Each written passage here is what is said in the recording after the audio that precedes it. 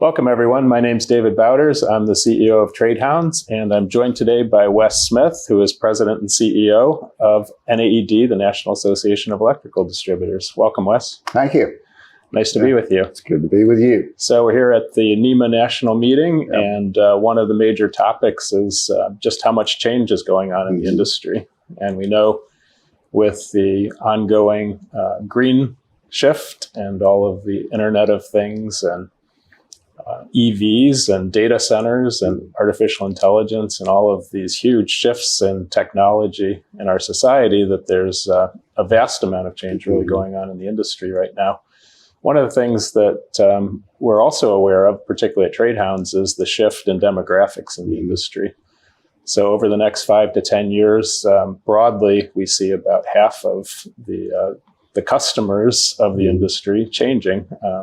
A lot of these are electricians whose knees and backs give out after decades of doing demanding physical work. Can you talk a little bit about what that is doing for distributors today and how they're having to deal with that? Sure. I spent 37 years with a distributor, so I've seen it through the lens of being part of a team leading a distributor and as part of NAED. And it's at the core of one of our pillars around workforce development. And of course, you can look at workforce development in a couple of different ways. One's the skills someone needs to be an effective labor, whatever labor you're doing. Here we're talking about electricians. Or you can also include workforce development in terms of recruiting and retaining people. And I think the changing demographics, to sort of weave things together, I'm a boomer. I'm on the tail end of the boomer generation. There's 10,000 of me a day retiring, have been last 10 years, and will through 2027. The generation following us is replacing 7,000. And that incongruence alone is driving a lot of the labor shortage we talk about. We would like to wrap it in this, can't find people because people don't want to work.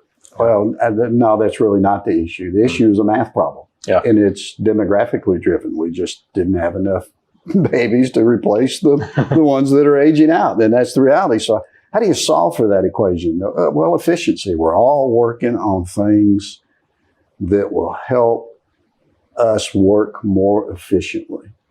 And that's been our economic driver for how many decades now is productivity.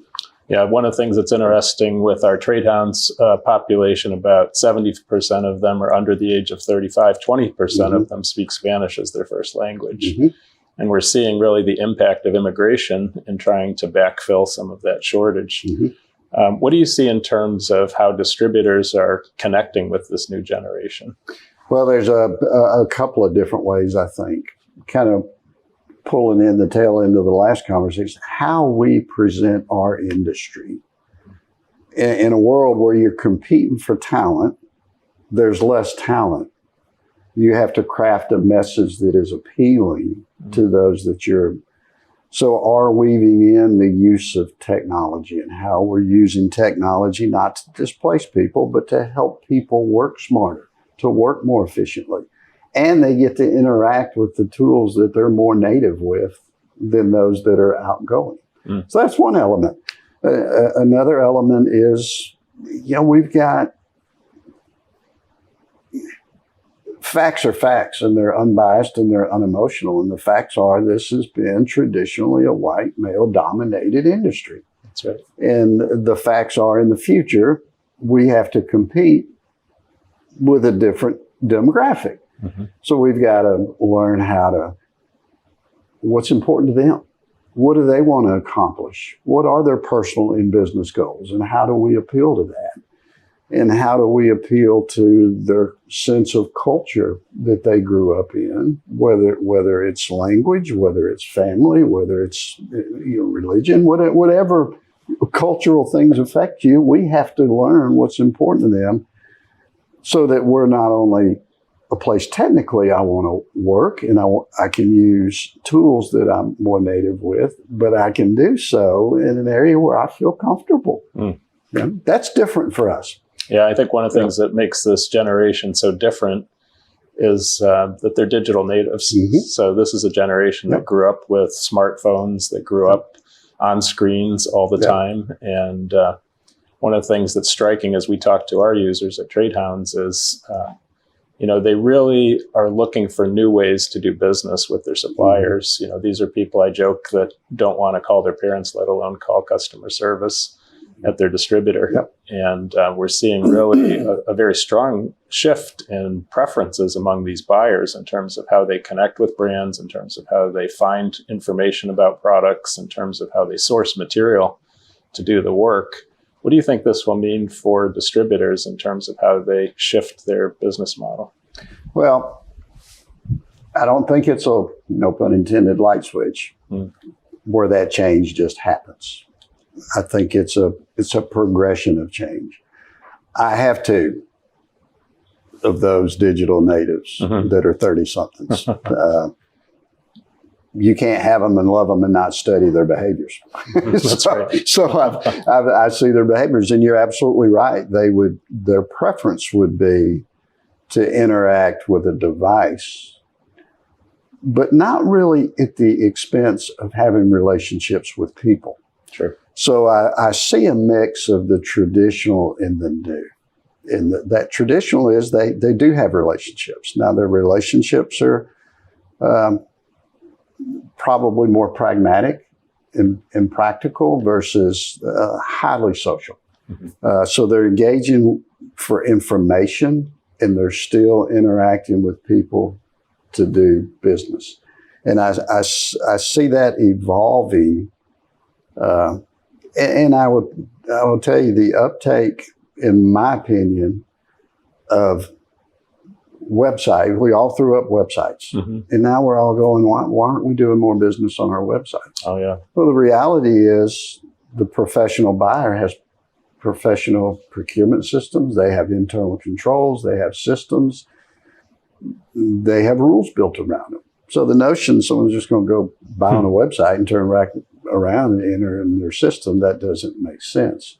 So connectivity, I think, is going to evolve into a different type of connectivity. There's my device and my social connectivity. And I'll give you an example, David, of why I think it's a little bit more of a journey than a light switch.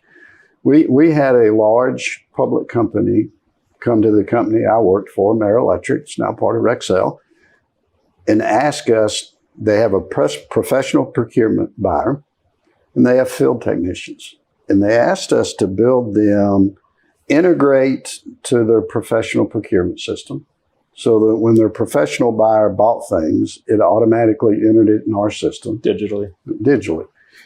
And for their field technicians to be able to use their device to look for things, find things, buy things, and it would enter it in their system and our system. That's true digital connectivity. Mm-hmm. The technology works. Changing the behaviors of people doing their jobs. Mm. And they have a mix of seasoned, tenured field technicians and a mix of new, what we'll call digital natives. Mm-hmm. And I didn't see a difference in adoption amongst those demographics. Now, small data set, small sample size, one company. Yeah. The project was abandoned. And it was abandoned because change was too hard. Yeah. So change, I think, will occur over time as people really do understand I can do a job more efficiently and effectively. Using new tools.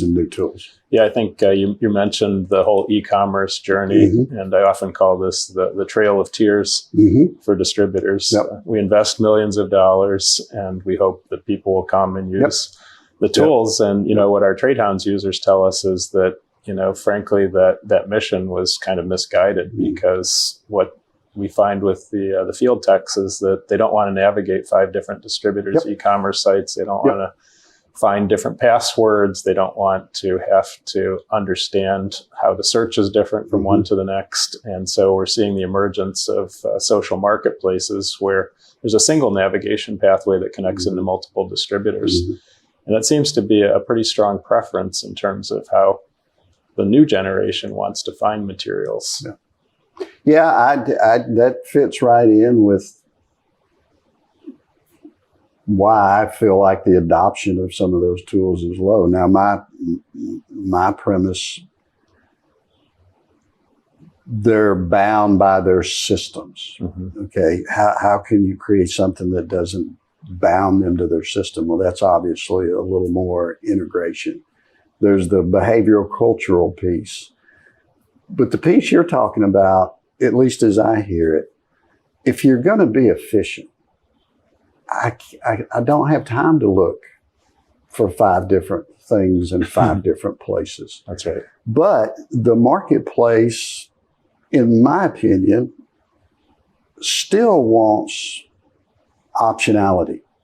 Definitely. And not everyone carries the same brands and the same lines, and there's multiple good, better, best scenarios in there.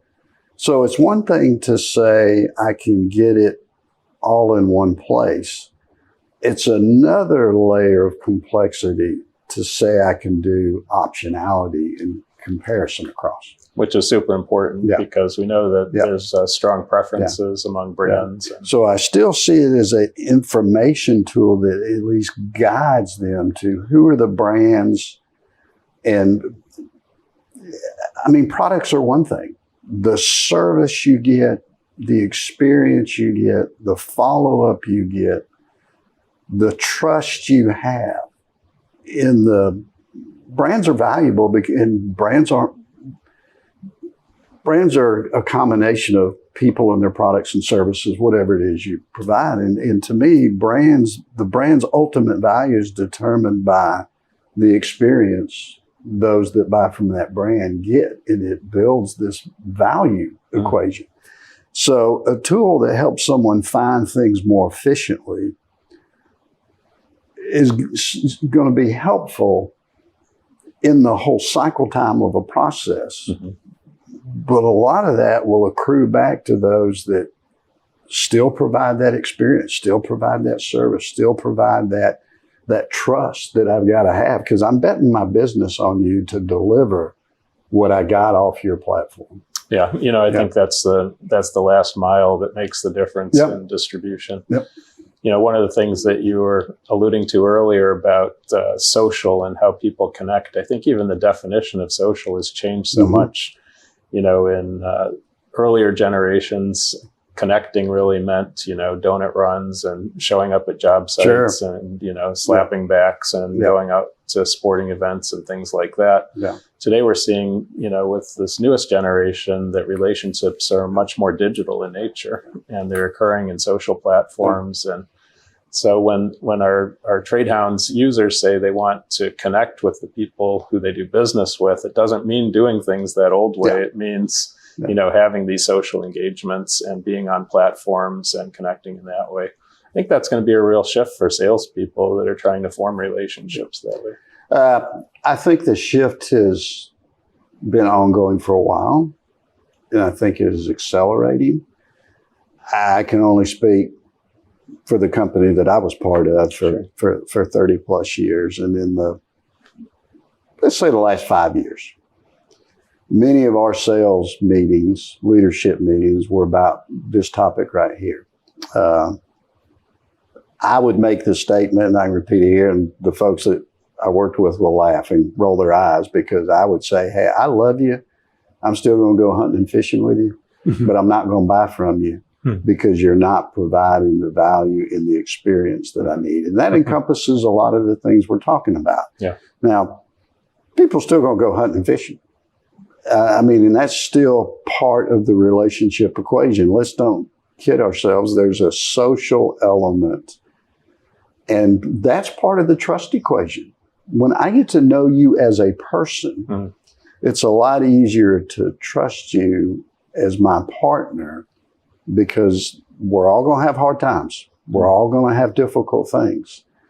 And when I need to talk to somebody that I know is advocating for me in this difficult situation, whatever it is, supply chain issue or whatever it might be, those relationships matter and they get built over time. So I do not want to discount those. So my sense of it is these new tools that make us more efficient will cause people to maybe consolidate some of those trusting relationships. Now, that's real change. I mean, if you got 7 or 8 people that you've got relationships with, and 4 of those are providing more efficient digital tools, I probably have enough bandwidth to consolidate my relationships.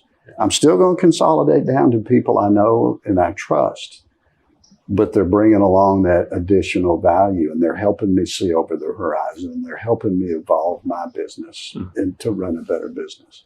I think, for a lot of distributors, what they need to understand is over the next 5 to 10 years, half of their buyers will change out.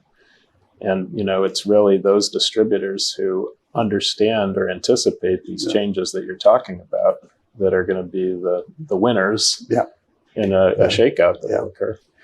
And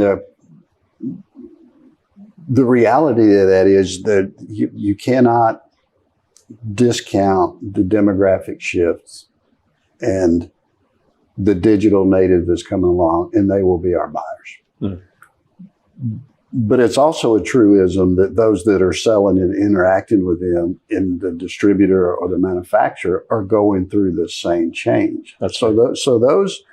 Those buses are sort of moving at the same rates at the same turnover time. rates, and what I'm finding is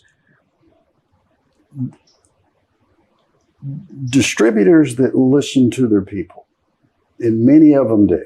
You can't say all of them do because all's a bad word, and you can't say none of them do because none's a bad word.